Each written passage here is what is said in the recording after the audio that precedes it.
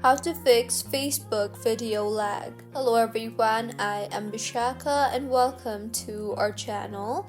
Now let's get right into the tutorial. Firstly, check your internet connection. Run a speed test to see if your internet is slow. Restart your router or switch to a more stable network and use a wired connection if possible for better stability. Next fix is to lower the video quality.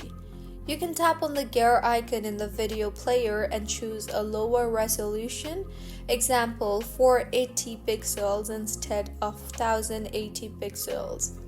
Next, update your browser or app.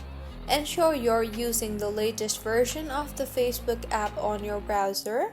Now go ahead and clear your cache and cookies.